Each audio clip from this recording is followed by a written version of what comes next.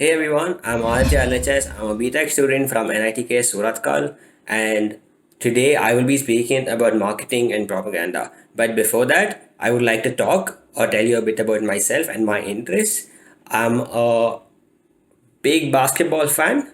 I love reading, and more than anything, I'm totally driven into social initiatives. I want to be a social entrepreneur, and I think my life itself finds purpose in making someone's life better. There's a lot of scope, but being an EC student, I'm also driven into a lot of the business concepts because it's something which is very important in an entrepreneurial structure. And today I'll be speaking a very core component of the same, which is how all marketing proponents have propaganda within it. The art of appeal, and it's my presentation or point of view for how marketing and how propaganda works in today's world. A very brief insight. So, what is marketing? Marketing to me is the process of branding and creating an image or a product or a service to sell. So, like Swiggy, food delivery. That happens only because of marketing, because we've outreach to enough people, right? Then comes propaganda. So, if any of you have ever been subject to propaganda, I think most of us have. It's a promotion of biased opinion. It's if I want to draw it in black and white, I'd call it what a politician would do with regards to making himself look nice, because it's not necessarily him being nice, it's just that he projects a very good opinion of himself, and that's all created through a lot of effort.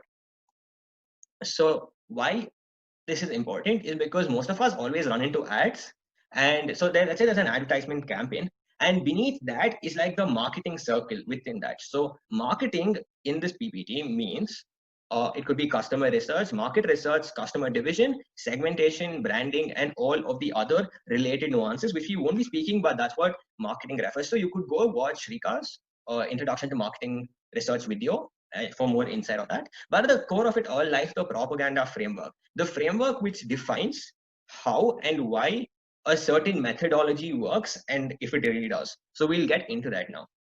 But before we get into it, we should just ask ourselves, why does this matter? Now, I'd say it matters because all of us leave a digital footprint. Let's say like Instagram tracks how many seconds you spend on which story and which advertisement, and gives more advertisement based on your consumer behavior. So all of us leave a digital footprint on the internet, and effectively that is what gives us the content we do. And it gets pretty dangerous because you're being pushed to think in a specific manner after a while. So we move into frameworks. Basically, the entire point of this presentation is to ensure that there's a fine wall between how you're being subtly manipulated and if it's really what you want to believe in, or if it's really the truth. Right? So the first framework is called ad hominem. Ad hominem means that you don't really reason it out. You attack the source or something like that. Let's say you take an example of Donald Trump. Now, any scandal comes up, the first thing which Trump would do is not really tell that the scandal is wrong. He's going to attack the news source. He's going to call it fake news, and then he's continuously going to make sure he brings down the legitimacy of the claim. Now, this is really effective, especially in mass, with a mass audience, because it the smart people need not necessarily be manipulated, but the majority of them will. Next comes ad nauseum. So with ad nauseum, you just keep repeat a particular slogan on and on and on until people just listen to a bit of it and they know, okay, this is Jio. So let's say in 2018, Jio had a campaign where they got in all the cricketers who were taking part in IPL, and then they ran a campaign and they had some Jio song. At one point in the entire country, you play that song, you knew it was Jio, and that's because it's nausea. It created this point where people were like, okay, this is what it is. That's that. Then comes appeal to authority. So appeal to authority is one of the biggest uh, shams out there, because we are so legible, and because it sounds so legible, and we are so gullible on a general note, because that's how our brain works. So most of us, as long as there's a legitimate document out there, believe it. But if let's say I tell I am great, people need not necessarily believe it. They'll think I'm boasting. But if I come up with an article which says, oh look, my achievements have been put in this newspaper article, then it literally means, okay, people are, oh fine, he's a great achiever. This is called appeal to authority. You need not necessarily be great. Appeal to science, it's another legitimacy appeal. It's probably not true, but it's very convenient to believe.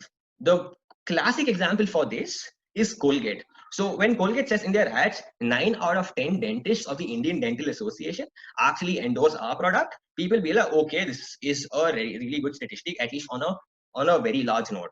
But people don't realize that IDA is a subsidiary which is run by Colgate in itself. So it's appeal to science. When you're, it's not really there. Only IDA does it because IDA is run by Colgate, but nobody really gets to know it, right? Appeal to prejudice. Prejudice is one of the biggest things which all of us have. There's a lot of prejudice in all our lives. It's like a communal opinion at times. Maybe a prime example would be Islamophobia. Most politicians or any of them, they appeal to a certain kind of fear, which triggers a certain sense of belief in them. And there's a very high chance that most of us will be victimized to this. And it's super important that we know that we're being appealed to prejudice and getting through to the facts, and it's really important. Next comes the victory bandwagon.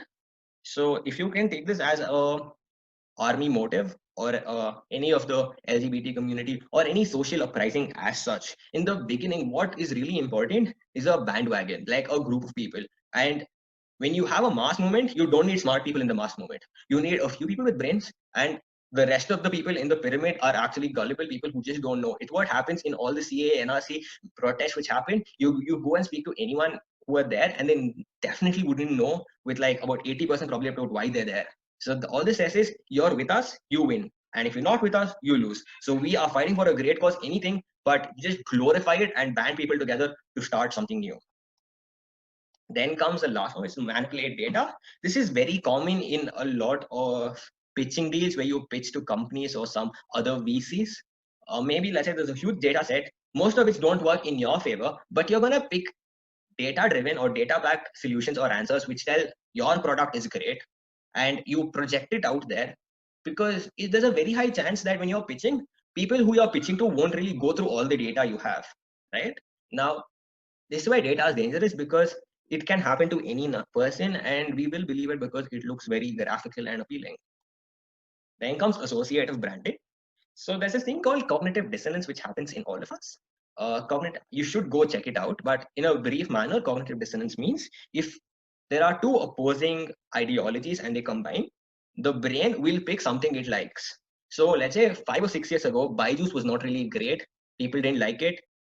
Personally, I joined Fiji because Byju's was like not great. But now if you look at it, Byju's has tied up with Shah Rukh Khan. So Shah Rukh Khan had a proper fan base, and then Byju's didn't. So when you brought both of them together, there's a 100% chance that people will actually end up liking Byju's just because Shah Rukh Khan is endorsing it.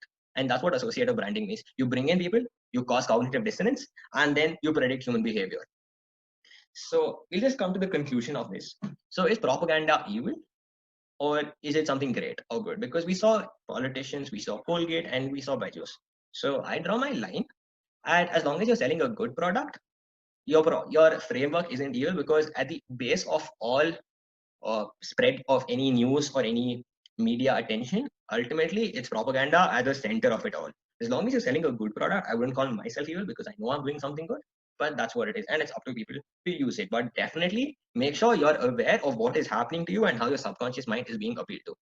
Then the biggest question is, have you been victimized so far, either into hate speech or into believing a product is good, or into any of the other things which we mentioned so far with examples? Just go look at it and just analyze and see how you feel.